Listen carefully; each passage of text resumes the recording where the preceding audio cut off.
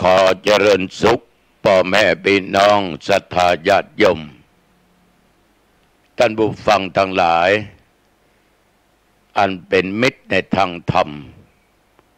อันเป็นที่ฮักที่นับถือของทุกเจ้าทั้งหลายทุกผู้ทุกคนทุกสารทิศวันนี้รายการธรรมะก่อนนอนณต่างสถานีวิทยุศูนย์การเผยแพร่ธรรมคลื่น 104.50 ของวัดฝ่ายหินอำเภอเมืองจังหวัดเชียงใหม่ญาติโยมวันนี้ตรงกับวันอังคารทุกวันอังคารตั้งแต่เวลาบัดเดี๋ยวนี้เป็นต้นไปตัวเจ้าวัดหนองตองห่างดงจังหวัดเชียงใหม่ตนนี้ก็ได้นำเอาธรรมะมามาจาเพื่อแก่ญาติแก่โยมที่กำลังจะหลับจะนอนจะพักจะผ่อนได้ฟังกันเพื่อเป็นการเตือนสติบ่ให้ตั้งอยู่ในความประมาทก็มีเป็นประจำทุกวันอังคารนะญาติโยมแต่ต้องขออภัยกับญาติกับโยมอังคารที่แล้วโอ้ตุเจ้าพลาดอย่างขนาดนักขาดสติสัมปชัญญะสติความระลึกได้สัมปชัญญะความรู้ตัวในอังคารที่แล้วตุเจ้าขาดถามว่าได้อัดเสียงธรรมก็ได้อัดแต่ก็นึกว่าโยมน้องเนี่ยได้นำมาส่งทีนี้โยมน้องก็ดันคิดว่าตุเจ้าคงไม่ได้อัดเตือก็เลยเอาแผ่นซีดีที่มาออกรายการจันการขึ้น96มาส่งอย่างเดียวตุเจ้าก็มั่นใจว่าถ้าจะส่งละที่วัดฝ่ายหินที่ไหนได้พอจะทุ่มกึดใจได้ว่าโอ้บ่ได้ส่งแผ่นธรรมะไปให้วัดฝ่ายหินในรายการธรรมะก่อนนอนในคืนนี้ไปเสาะคนหาเบอร์โทรของโยมนานก็บอกปะบอกหูไปไว้ที่ไหนนี่เป็นความบกพร่องจดไว้ละนามบัตรไม่ละเก็บไว้ดีจนเกินไปแต่ลืมไปว่าไปไว้ในกระเป๋าโหและในโทรศัพท์ตู้ลุงบ่มีกะโทรศัพท์เครื่องนั้นมันเสียละอ่อนเลยซื้อเครื่องใหม่มาฮื้อ900ระบบการใช้ก็บ่เหมือนกันเนี่ยเพราะมันคนละยี่ห้อกดไปกดมากดมากดไปก็ตึมป๊บตึมปะพอ2 ทุ่มป่ายก็ออกวัดเนี่ยไปเตดละเลยบัดจ้างยะจะได้ก็ลืมเอาเบอร์โทรของวัดฝ่ายหินไปที่สถานีวิทยุคลื่น 104.50 นี่นะถ้าไปก็ออกรายการสดท่านทั้งหลายตุเจ้าก็พลาดไปต้องขออภัยโยมแดงบ้านรัศดรเชียงใหม่แม่ขวนโยมที่อยู่แม่วางโยมที่อยู่สังกำแพงแม่อ่อนโยมก็โทรมาว่าตุลุงคืนวันกลางการนั้นน่ะยังบ่ได้ยินเสียงตุลุงได้ยินเสียงแต่ว่าเป็นภาษาไทยภาษากลาง แม่นแล้วเพราะนั้นเป็นแผ่นเก่าพระเจ้าหน้าที่เปิ้นก็บางอันส่งแผ่นซีดีแผ่นเทปธรรมะไปก็เลยเอาแผ่นเดิมมาเปิดญาติโยมก็งงกันอันนี้มันจะแม่นบ่แม่นเนี่ยเสียงยังนุ่มเสียงยังล่อฮะ เป็นภาษากลางก็ม่วนนะเจริญพรญาติโยม สาธุชนท่านผู้ฟังทั้งหลายทุกท่านทุกคนนุ่มนวลแต่ว่าภาษากลางนี่กับภาษาเมืองเขาเนี่ยความหนักแน่นมันจะแตกต่างกันไปไหนมาคุณไปไหนมาดูไปไหนมาไก่นะแกโอ้ไปหนองตองมาอย่าไปหาตู้เจ้าวัดหนองตองนะเนาะปะกะไปหนองตองมาไปหาพระที่วัดหนองตองมันเบาความหนักแน่นชัดเจนมันก็ผิดกันไปประเทศที่แม่ของมีโยมมาจากจังหวัดอุบลมาทางอีสานเนาะมาจากนครสวรรค์ภาคเหนือส่วนใต้เนาะมาจากสิงห์บุรีเปิ้นมาเป็นเจ้าภาพแล้วก็นิมนต์อาตมาเองไปเทศน์อาตมาก็เทศน์ว่าจะเอาไทยกับเมืองผสมผสานจะเลื่อมจะเกื่อมดีกะตัดสินใจว่าเมืองแต่ฟังหูเรื่องเทศน์จบเรียบร้อยปอนเรียบร้อยก็ถามว่าคุณโยมมาจากอุบลฟังออกไหมฟังออกสิงห์บุรีฟังออกไหมฟังออกนครสวรรค์ฟังได้ไหมฟังได้แต่จะมีเป็นบางคำที่ไม่เข้าใจเพิ่นก็ฟังได้เป็นสิ่งที่ว่าหูเป็นเรื่องเป็นราวฉะนั้นญาติโยมกำเมืองเนี่ยมันนักกินเข้ากับหยังแกงแคกินลาบคั่วกาตะวาโนแกงโหมันนักมันม่วนนะพอออกไม่ออกอันนี้เป็นเมียไผ่แน่เมียผมแหละตุลุงนักแน่นนี่แฟนใครแฟนผมเองครับมันก็ดูเบาไปหน่อยเนาะแต่เป็นภาษาที่เพราะนะฉะนั้นสาธุชนญาติโยมก็เป็นเทพตุเจ้าวัดหนองตองที่ออกหมื่นละ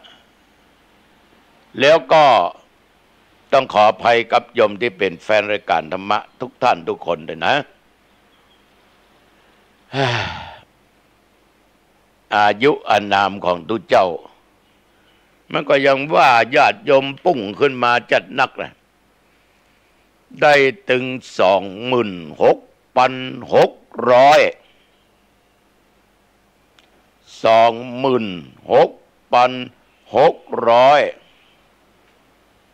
ลาย22วันละ24วัน26,624วันมาวันเนี้ยตัวเจ้าวัดหนองตองเกิดมาของเก่าเล่าได้ดีจำได้แม่น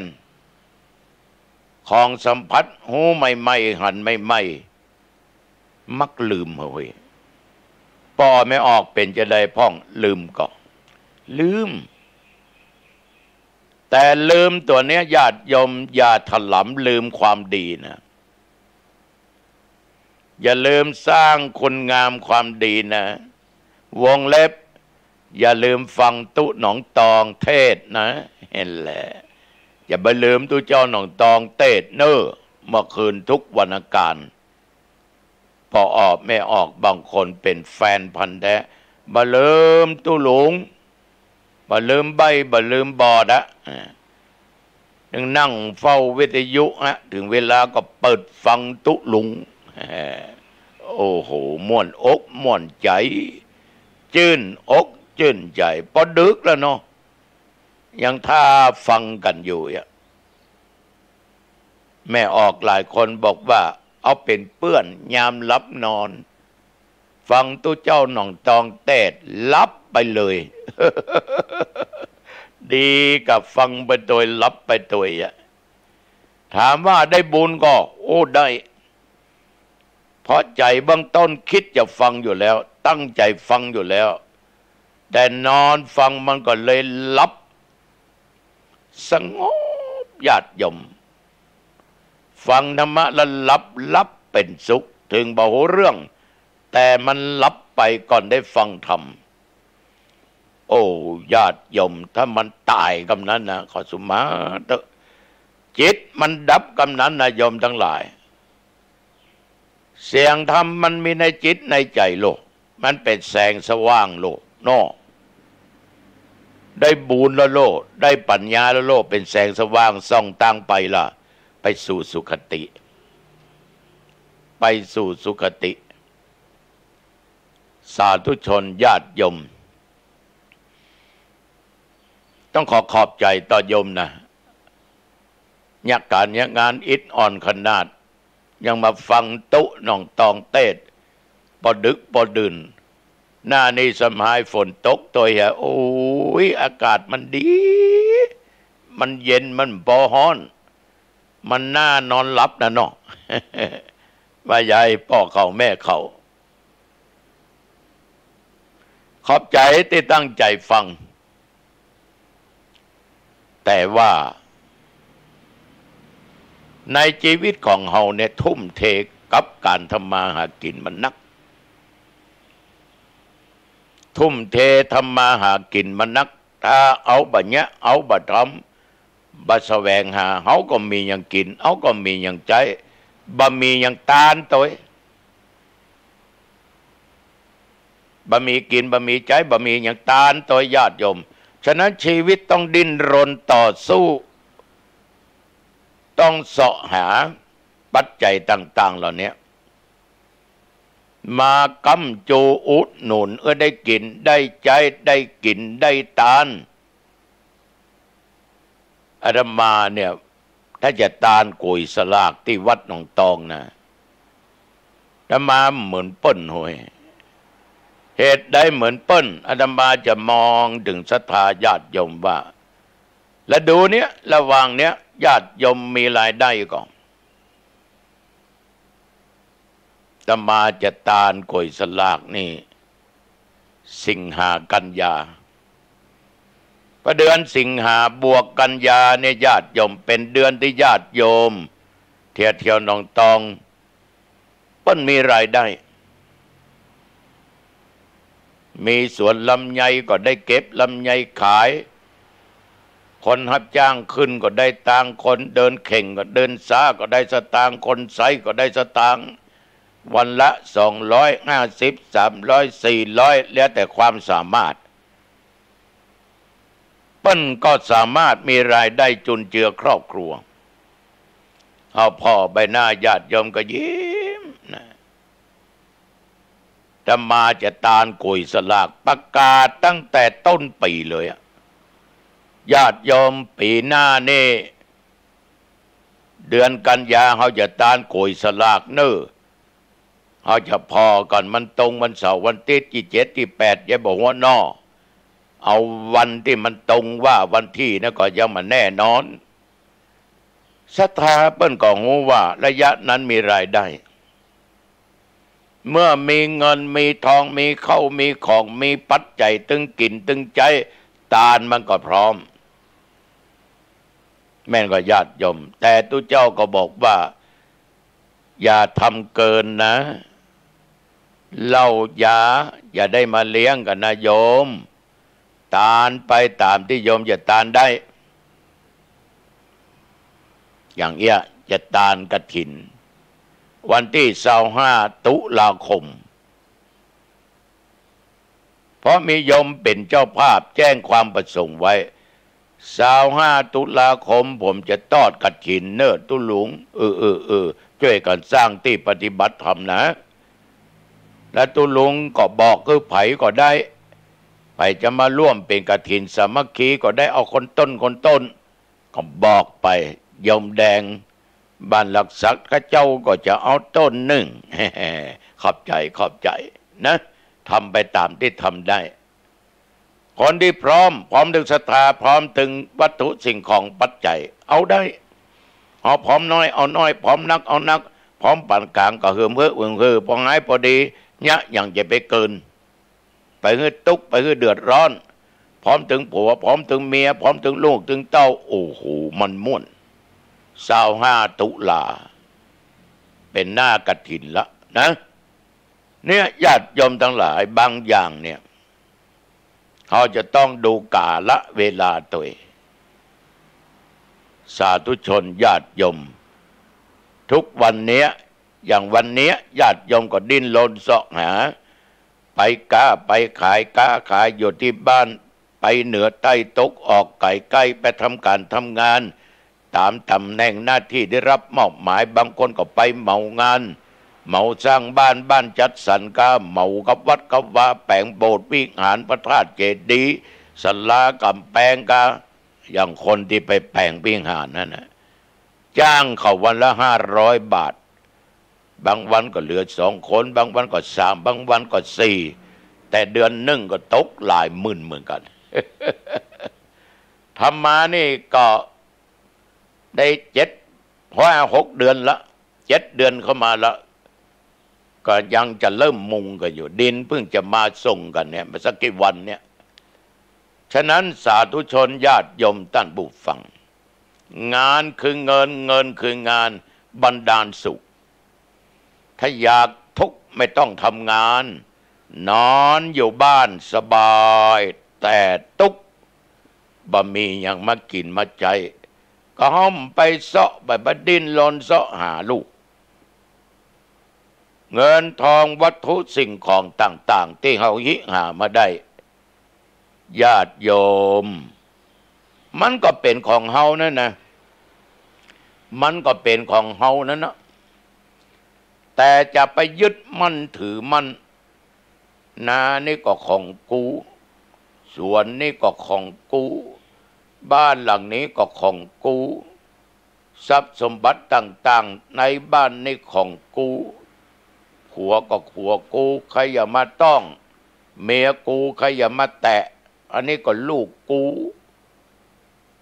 รถกันนี้ก็กูอันยังก็กูและตัวนี้ก็คือตัวกูไผจะเป็นบ้าว่าอย่างบ่ได้แตะบ่ได้เพราะเป็นของกูแม่นมันเป็นสิทธิของญาติของโยมแต่ถ้าญาติโยมไปยึดว่าของกูตลอดแล้วหลงอย่างนั้นตลอดนี่นะบางคนมันหลงแต่รู้พอออกไม่ออกจนลืมตาบักขึ้นน่ะตาในตานอกมืดบอดลืมบักขึ้นได้ก็ของกูของกูของกูในที่สุดมากูจะซื้อผ้ามานุ่งสักชุดโหจะตังกูจะหมดจะซื้อเห็ดถอบมาต้มมาแกงมาคั่วตังกูจะหมดจะซื้อไส้อั่วมากินกับข้าวอุ่นๆตังกูจะหมดจะซื้อนั้นซื้อนี้มากินก็เสียดายตังกูจะหมดจะตานกับตัวเจ้าวัดหนองตองห่วมบุญบารมีจะเอากำแพงสักห้องตังกูจะหมดตัวเจ้าวัดนั้นวันนี้แปลงโบสถ์วิหารศาลากำแพงจะเอาดินมุงตังกูจะหมดจะซื้อผ้าซื้อผ่อนมานุ่งมาย่องตังกูจะหมด วันใดหูข่าววินบางหูข่าวเหนือใต้ตกออกว่าผัวไปแลพอไม่ยิงคนอื่นผัวกูไผจะต้องบางวันหูข่าวเมียนั้นยิ้มใส่ไผเมียกูใครอย่าแตะกูหมดนาก็นากูสวนก็สวนกูบ้านก็บ้านกูแม่นเป็นสิทธิของเฮาตีที่นักอันน่ะยอมว่าเป็นของโยมแต่ขอถามก่อนเตอะเสียภาษีก่อนยังเป็นของเปิ้นอยู่ไปแจ้งเขาเต็ม100%ต้องเสียภาษีการค้าภาษีที่ดินที่ไหนเจริญภาษีก็นักแม่นก็เงินกูสตางค์กูออกบ้านไปนั่งรถไปน้ำมันหมดแวะ ปั๊มเติมไป1,000 บาทกูก็ต้องจ่ายให้เปิ้นละเพราะเจ้าเปิ้นมาขี่โล70 บาทภาษีมูลค่าเพิ่มแกผ่อนมาก็ต้องไปฮื้อเปิ้นเดือนแต่อันสรุปแล้วมันยังมาใจของเฮาแน่นอนแม้แต่ร่างกายตู้เจ้าไกโอ้หลายเตื้อแขนโกขาโกแข้งโกหูโกตาโกดังโกปากโกหัวโกผมโกใจโกอะยังก็โกอะยังก็โกแต่กูเนี่ยบังคับของกูไม่ได้สักอย่างผมมันก็ขาวตาก็มั่วฟางหูดังก็ดมกลิ่นบักหูเรื่องกินยังก็บักถูกปากเนื้อหนังมังสังก็เหี่ยวโยนโหดอูหูมึงจะไปเหี่ยวนะตาจะไปฟังนะผมกูจะไปงอกไปขาวนะเฮ้ยไม่ใช่ของมึงมันเป็นของกูปัญญามัจจุราชอย่างอันน่ะเหมาะปัญญาโยมบิบาลอย่างอันน่ะเหมาะสู้มันบ่ได้อย่างตัวเจ้าวัดหนองตองแน่ๆมันตึงฝืนบ่ได้มันตึงยึดมันบ่ได้ญาติโยมทั้งหลายนึกดูดีๆนะนึกดูดีๆนึกดูดีๆบัดใจสอนนะฟังบ่ได้แล้วตู้เจ้าแปลงวิหารนี้อย่างเมื่อมันแจ้ของตู้เจ้าแม่นบัดใจของตู้บัดใจวิหารกูถ้าตายแล้วตู้หรือกูเนี่ยเอาไปโตยตึมได้แต่ว่าจะเป็นของสาธารณประโยชน์คนเอาต้องมีที่มุงที่บังกันแดดกันฝนเพราะอาตมาตั้งใจว่าสถานที่นั้นเป็นสถานที่ศึกษาธรรมปฏิบัติธรรมนำทางไปสู่สวรรค์และนิพพานบ่ได้ว่าต้องเป็นของกูแต่มีชีวิตเอาต้องทำสิ่งที่เป็นประโยชน์เสริมสร้างบารมีร่วมกับญาติกับโยมอย่างอาตมาบอกว่าจะแปลงกำแพงเด้อห้องตะอันโยมก็แจ้งความประสงค์ไปเจ้าดินมุงเด้อโยมก็แจ้งความประสงค์ป้านลมเจ้าฟ้าตะอันที่โยมก็จุ้ยกันเสาต้นตะอันที่จุ้ยกันถามว่าพอก็มันไม่พอ ก็มามาจ่าญาติโยมก็จุ้ยกันไปเพราะทุกอย่างไม่ใช่ของกูโยมจะบอกว่าวิหารก็ของกูบาดใจเพราะกูสร้างแบ่นเอาสร้างแบ่นแต่มันเป็นการกึศสร้างในทางที่ดีมันเป็นการสร้างบุญเป็นการสร้างบารมีกำจัดความตันนีขี้เหนียวกำจัดว่าอันนั้นก็ของกูอันนี้ก็ของกูเอาก็นำไปสร้างในสิ่งที่มันดีเป็นหนทางสู่สวรรค์และนิพพานเพราะตัวเจ้าบอกเลยว่าเป็นที่ศึกษาธรรมปฏิบัติธรรมถึงประเด็นนี้หญ้ามาจะออกเพราะฝนมันตกหญ้างามขนาดรถเขาไถและจะปักแดนว่าตัดนี้จะสร้างกำแพงจะทำทุกสิ่งทุกอย่างที่พักที่อาศัยวันหน้าถ้ากูตายก็จะไปเผาให้ก็โมโหนะ ก็โมโหนะแล้วแต่เขาเพราะมันไม่ใช่ของกูละร่างกายเนี่ยไฟจะเอาไปจี้ไปเผาทั้งใดก็สุดแล้วแต่ตุเคยบอกโยมว่าห้ามเกิน7 วันห้ามใส่ประสาทห้ามใส่นกหัสดีลิงเอาธรรมดาคืนเข้าไปหมดธาตุดินก็คืนเนื้อแผ่นดินไปธาตุน้ำก็คืนเนื้อน้ำไปธาตุไฟก็คืนไปธาตุลมก็คืนไปเพราะยืมเข้ามาใจโลได้กี่ปีกี่เดือนกี่วันโมโหมาเดยืมเปิ้นมาใจได้73 7 เดือนป่ายล่ะถ้ามันยืมมาใจได้เป็นร้อยปีมันก็คืนไปเอามาใจของกู มันก็ทับถมแผ่นดินไปญาติโยมและทุกสิ่งทุกอย่างที่ของกูเอาไปตัวได้ก็อืมอืมเอาไปตัวบ่ได้แต่กูต้องต้องหาไว้เมื่อกูมีชีวิตนะกูจะต้องกินต้องใจต้องตานต้องสร้างบารมีแม่นก็พอออกไปออกแม่น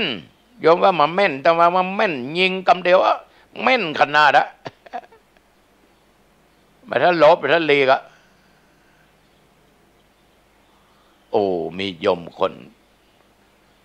อยู่ในระดับมหาเศรษฐีนะมีเงินหลายร้อยล้านแต่โยมเปิ้นเป็นคนชอบกินชอบทานแต่มามันนึกกับเปิ้นลอยเปิ้นสร้างเปิ้นฝังไว้อดีตชาตินักเปิ้นรวยอะยะอย่างก็จับอย่างก็แม่นฮิอันใดก็ได้คิดบ่ได้ค้าขายอันใดก็ได้กำหมกำให้พอกพูนขึ้นพอกขึ้นแต่เปิ้นบ่ประมาททานอยู่ตลอดอย่างแม่จันฟองสร้างธาตุ2 ปีนี่10 กว่าที่สร้างโบสถ์ยมทั้งหลายพร้อมด้วยลูกคุณเชิด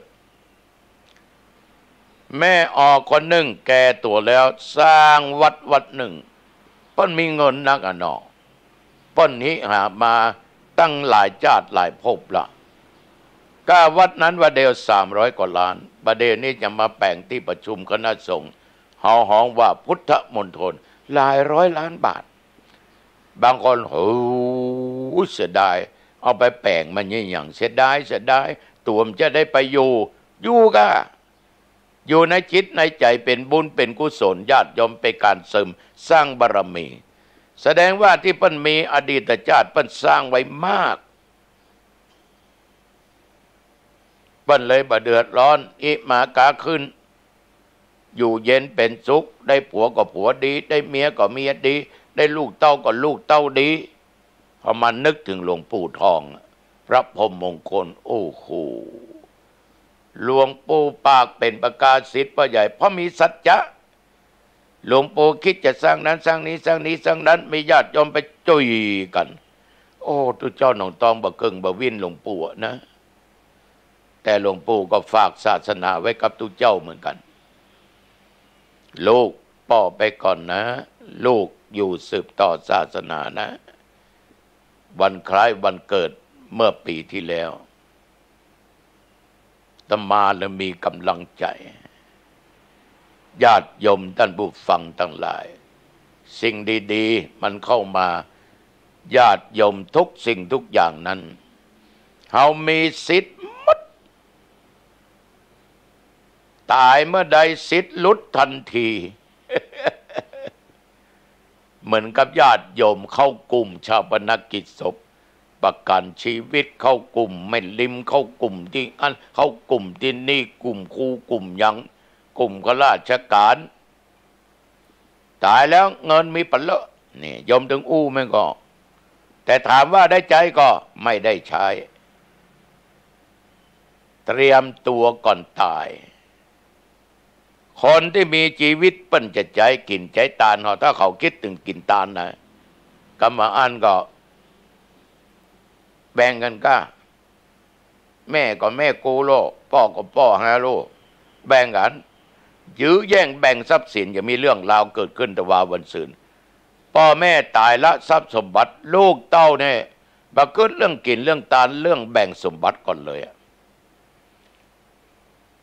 ในที่สุดมาเป้น้องเกิดร่วมท้องการจากท้องแม่เดียวกันมา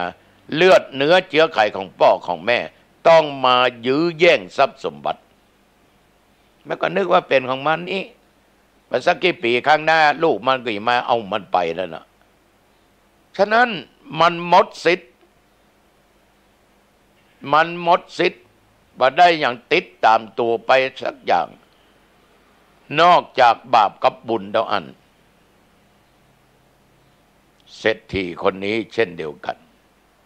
แต่เปิ้นบ่ประมาทเปิ้ ปิ้นกินเปิ้นตานมาตลอดญาติโยมเปิ้นสร้างไว้ปัจจัยรอชาติหน้าก็สร้างบัดใจมามันสว่างไปมันก็ต้องสว่างญาติโยมต้องสร้างคนจะเป็นเจ้าคนนายคนมียศถาบรรณาศักดิ์ตำแหน่งหน้าที่เป็นครูบาอาจารย์ทหารตำรวจเป็นตู้เจ้าเป็นอย่างก็ตามต้องสร้างบารมีไว้ในอดีตชาตินี้ญาติโยมจึงมาพบมาปะสิ่งเหล่านั้นคนคิดจิคนตนีคนเห็นแก่ตัวเขามาหาอาตมาภาพเขานั่งค้าขายที่ตลาดขายขนมเส้นอันนั้นก็ขายขนมเส้นเปิ้นก็ขายขนมเส้นน้ำงิ้วน้ำจินหมูน้ำไก่เนี่ยแกก็ว่าโอ้อย่างใดหาหลวงพ่อมีเตียนดีก็ข้าเจ้านี่ผมคนนี้บล่ำได้ขายมายืนพ่อก็กายไปเหี้ยไปเอาคนปุ้นเนี่ยมันได้10 กิโลนี่มันถึงเปิดเขาตอนหมดลึงผม5 กิโลแก่งแก่ได้เขาวันค่ำขายมันก็ออกมันคิดจิ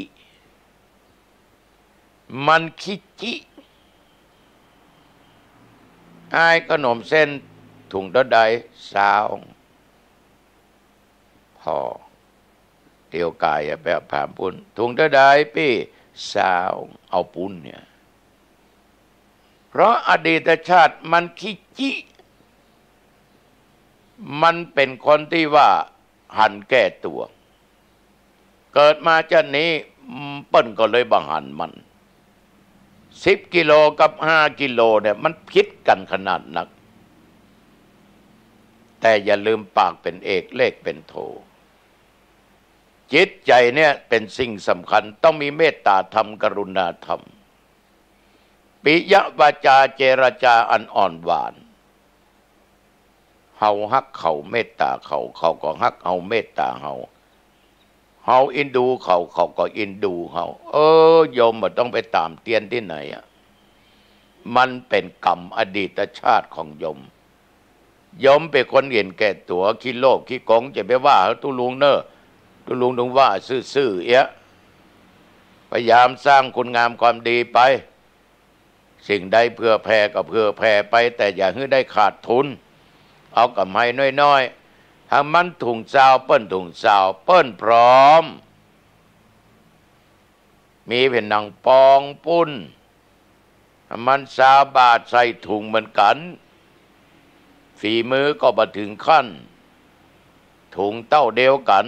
แต่ขายบ่ออกเพราะคนที่เคยมาซื้อกินมันก็ไปบอกคนอื่นว่าขนมเส้นมีหั่น2 เจ้าเนอะเจ้าแรกเนี่ยนะที่เอาไปถึงปุ๊บหั่นปั๊บนะบล้ำเนี่ยใส่จีนตินเดียวเนี่ยซื้อเจ้าต่อไปเนอะเนี่ย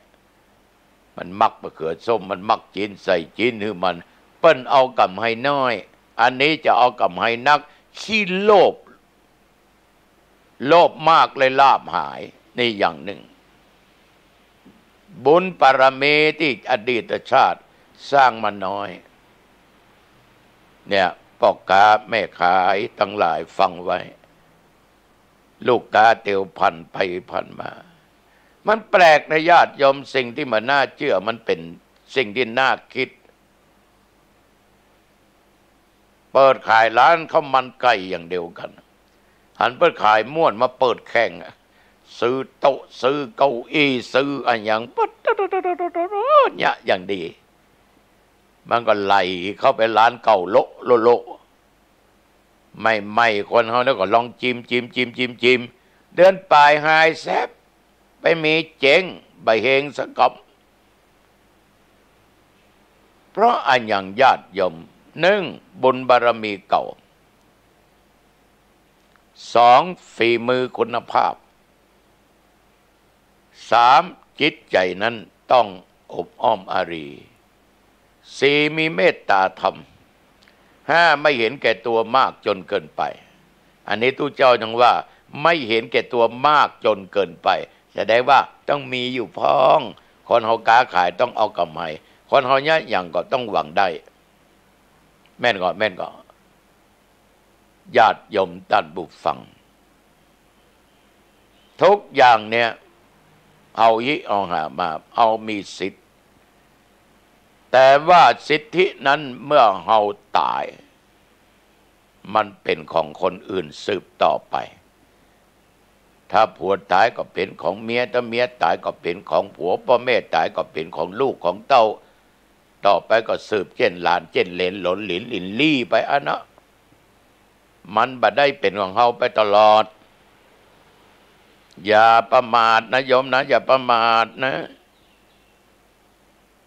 อย่าประมาทคนประมาทปตายเหมือนกับตายจากคุณงามความดีมีแต่สร้างบาปสร้างกรรมแก่ตัวเองอย่าประมาทในชีวิตสร้างไว้ทรัพย์สมบัติไปหน้าในสิ่งสำคัญทรัพย์สมบัติไปหน้าเป็นสิ่งสำคัญอัตตสัมมาปณิธิการตั้งตนไว้ชอบประกอบแต่สิ่งที่ดีตั้งเมื่อหนุ่มเมื่อน้อยตั้งแต่วัยละเอ็กละอ่อนจนวัยถึง30มัวแต่สนุกสนานล้ำไปบ่ได้30ถึง40เป็นระยะที่สร้างเนื้อสร้างตัวได้ดีเพราะจะมีสติปัญญาถึง50ถ้า60ขึ้นไปเป็นวัยเท่าแก่ชราจะต้องเสวยทรัพย์สมบัติญาติโยมอย่าประมาทในชีวิตนะอย่าคิดว่าเป็นของกูนะมันมีสิทธิ์ชั่วคราวเพราะว่าทรัพย์สมบัติแก้วแหวนเงินทองทุกสิ่งทุกอย่างต้องลุดไปเป็นของคนอื่นแม้แต่ร่างกายต้องคืนให้เจ้าของเดิมดินน้ำลมไฟอันนี้ของกูนี่ของกูนี่ของกูมาอยู่ที่เดิมจิตวิญญาณล่องลอยไปถ้าทำดีเป็นแสงสว่างของทางราบรื่นไปในทางที่ดีถ้าเกิดมาจัดนี้สร้างบัดดีมืดมิดงมซอมไปทางใดบ่อบายภูมิบ่เปรตสุรกายสัตว์นรกสัตว์เดรัจฉานเกิดเป็นมนุษย์ยังดีนะโยมนะแต่ต้องมีศีล5นะนี่เข้าพรรษานี่ญาติโยมไปสร้างบารมีแก่ตัวเองเนี่ยเนอะปฏิบัติธรรมอยู่บ้านก็ได้รักษาศีลอยู่บ้านก็ได้มีเวลาออกไปกินไปตาลเนี่ยเปิ้นต้องบอกว่ากินตาลจะไปจิกตัวเต่ากินเหี่ยพ้องนุ่งเหี่ยพ้องตาลเหี่ยพ้องจะไปของกูล้ำไปใจขึ้นให้เอาฉะนั้นญาติโยมในชีวิตเนี่ยทุกอย่างอย่ายึดถือว่าเป็นของเฮา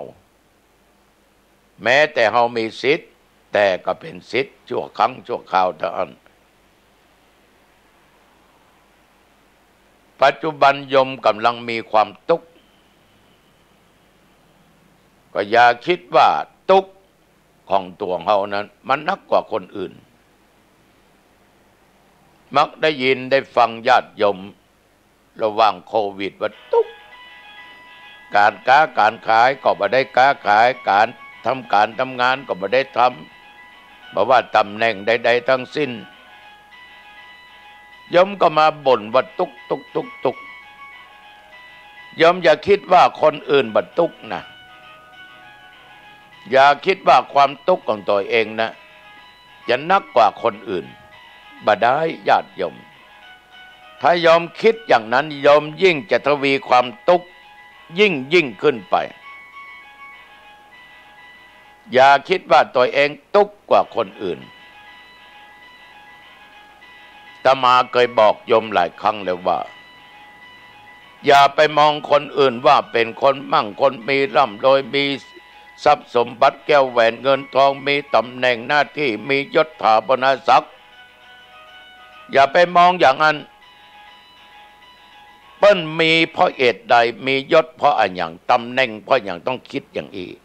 แต่จะไปคิดแบบอิจฉาริษยามันจะเกิดเป็นปมด้อยแก่ตัวเองเอาตึงมีโอกาสแล้วเอาตึงมาสามารถยังเปิ้นได้เกิดความท้อแท้ถอยตกฝั่งเนอะบอกเฮียแล้วจะไปมองคนต่ำเปิ้นทุกข์ยากอับจนเปิ้นมียศถาบรรณศักดิ์เปิ้นทุกข์ยากกว่าเขาจะไปมองเปิ้นว่าเป็นคนอย่างอันอย่างอีเพราะได้ญาติโยมมันจะเกิดทิฏฐิเกิดมานะเกิดความถือตัวกระดั้งกระเดืองจะขาดความเมตตากรุณาธรรม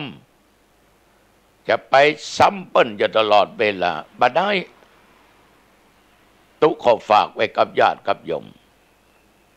จะมองคนอื่นเสมอตัวเกินล้ำไปจะเกิดการชิงดีชิงเด่นกันเนี่ยโยมประเมินนะจะเลือกตั้งสจก็เลือกตั้งเทศ นายกอบจก็นายกเทศบาลอบตก็เลือกตั้งนั้นเลือกตั้งนี้สสก็อย่างก็ตามเถอะบ่ได้ต้องกำจัดมันให้ได้ต้องเอาชนะมันให้ได้มันจะเป็นการชิงดีชิงเด่นถ้าชิงเด่นชิงดีอยู่ในศีลในธรรมในตัวบทกฎหมายไม่เดือดร้อนแต่คนเอาจะมาบอกว่ามันต้องมีความเห็นแก่ตัวถ้ามีมันกูคนเดียวได้แน่ฉะนั้นมึงต้องตายกูต้องได้เสมอกันมันจะเกิดการชิงดีชิงเด่นขึ้นฉะนั้นตัวเจ้าอยากคือญาติโยมอันเป็นที่รักที่นับถือของตัวเจ้า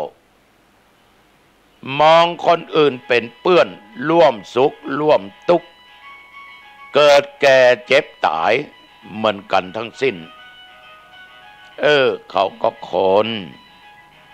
เขาเป็นเปื้อนร่วมสุขร่วมทุกข์เป็นเปื้อนร่วมเกิดแก่เจ็บตายเขาเกิดเอาเกิดเขาแก่เอาต้องแก่เขาเจ็บเอาก็จะเจ็บในที่สุดเขาก็ต้องตายเขาก็ต้องตายถ้ามองอย่างญาติโยมมันจะมีแต่ความสุขจะมามีการชิงดีชิงเด่นกัน